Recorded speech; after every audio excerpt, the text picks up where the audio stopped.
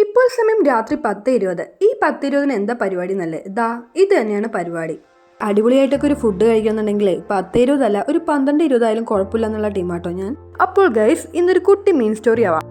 രാവിലെ ചെറിയച്ഛൻ വിളിച്ചിട്ടാട്ടോ അച്ഛൻ മലമ്പുഴയിലേക്ക് പോയത്. എന്താ കാര്യം എന്ന് ചോദിച്ചാൽ ഇത് തന്നെയാണ് കാര്യം. നമ്മുടെ പാലക്കാട്ടുകാർക്ക് അഹങ്കരിക്കാൻ ഇവിടെ കടലോ കായലോ ഒന്നും തന്നെയില്ല.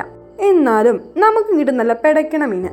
അങ്ങനെ മലമ്പുഴയിൽ പോയി അച്ഛനും ചെറിയച്ഛനും മാമനും കൂടി പിടിച്ചു കൊണ്ടുവന്ന മീനാട്ടോ ഇതൊക്കെ. അച്ഛൻ മീനൊക്കെ പിടിച്ച് വീടെത്തുമ്പോഴേക്കും ഒരു സമയമായിട്ടോ. പിന്നെ ഫ്രഷ് ആയിട്ട് പിടിച്ചുകൊണ്ടുവന്ന ഈ മീനൊക്കെ അപ്പം തന്നെ കറി വെച്ചില്ലെങ്കിൽ എന്താ ഒരിത്. അമ്മ തിരക്ക് പിടിച്ച് മീൻ ശരിയാക്കാൻ തുടങ്ങി. അതിനിടയ്ക്ക് ഞാൻ മീനുകളെയൊക്കെ കിടത്തിയും ചെരിച്ചും നിർത്തിയും ഒക്കെ ഫോട്ടോ എടുക്കാൻ തുടങ്ങി. അതാണല്ലോ നമ്മളൊരു ആചാരം. പിന്നെ ഈ പെറുക്കി മാറ്റി വയ്ക്കുന്ന മീനുകളൊക്കെ ചേച്ചിക്കുള്ളതാണ്. പിന്നെ കുറച്ച് ഉപ്പുകലൊക്കെ വാരിയിട്ട് പണി തുടങ്ങി.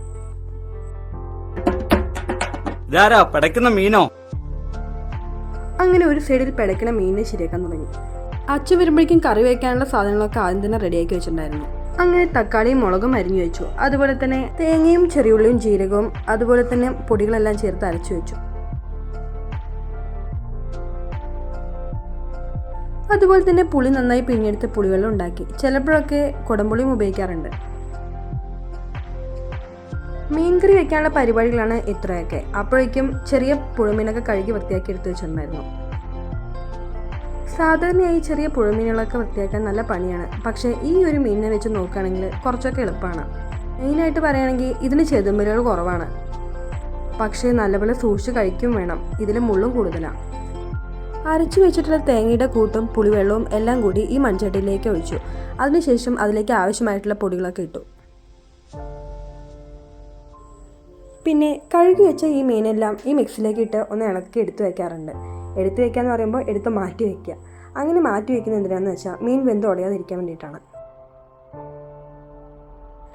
വലിയ മീനൊക്കെ വറക്കാൻ വേണ്ടിയിട്ടാണ് എടുക്കാറുള്ളത്.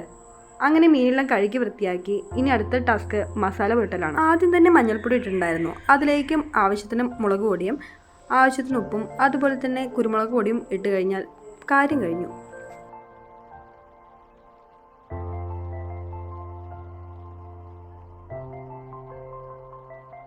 മസാലയെല്ലാം നന്നായി തേച്ച് പിടിപ്പിച്ച ശേഷം കുറച്ചു നേരം അത് മാറ്റി വയ്ക്കുക.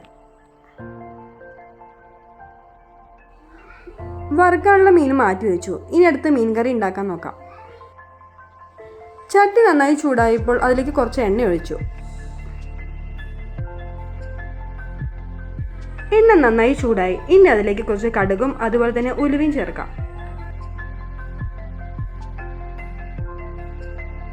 ഉലുവ കരിയാതിരിക്കാൻ പ്രത്യേകം ശ്രദ്ധിക്കണം.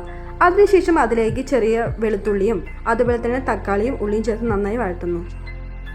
തക്കാളിയുടെയും ഉള്ളിയുടെയും കൂടെ തന്നെ പച്ചമുളക് നീളത്തെ കീറിയിട്ടതും കൂടി ഇടുന്നുണ്ട്. അതിനുശേഷം ഇത് നന്നായിട്ടൊന്ന് മിക്സ് ചെയ്ത് കൊടുക്കണം.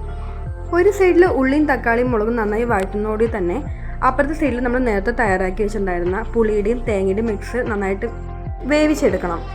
അതിനുശേഷം വഴറ്റിയിട്ടുള്ള ഈ മുളകും ഉള്ളിയും തക്കാളിയും എല്ലാം കൂടിയിട്ട് ഈ ഒരു മിക്സിലേക്ക് ആഡ് ചെയ്യണം. ലാസ്റ്റാണ് മാറ്റി വെച്ച മീൻ നമ്മൾ ഇതിലേക്ക് ഇടുന്നത്. അങ്ങനെ മീൻ കറി ആകുമ്പോഴേക്കും ഒരു സൈഡിൽ നിന്ന് മീൻ വറക്കാനും തുടങ്ങി.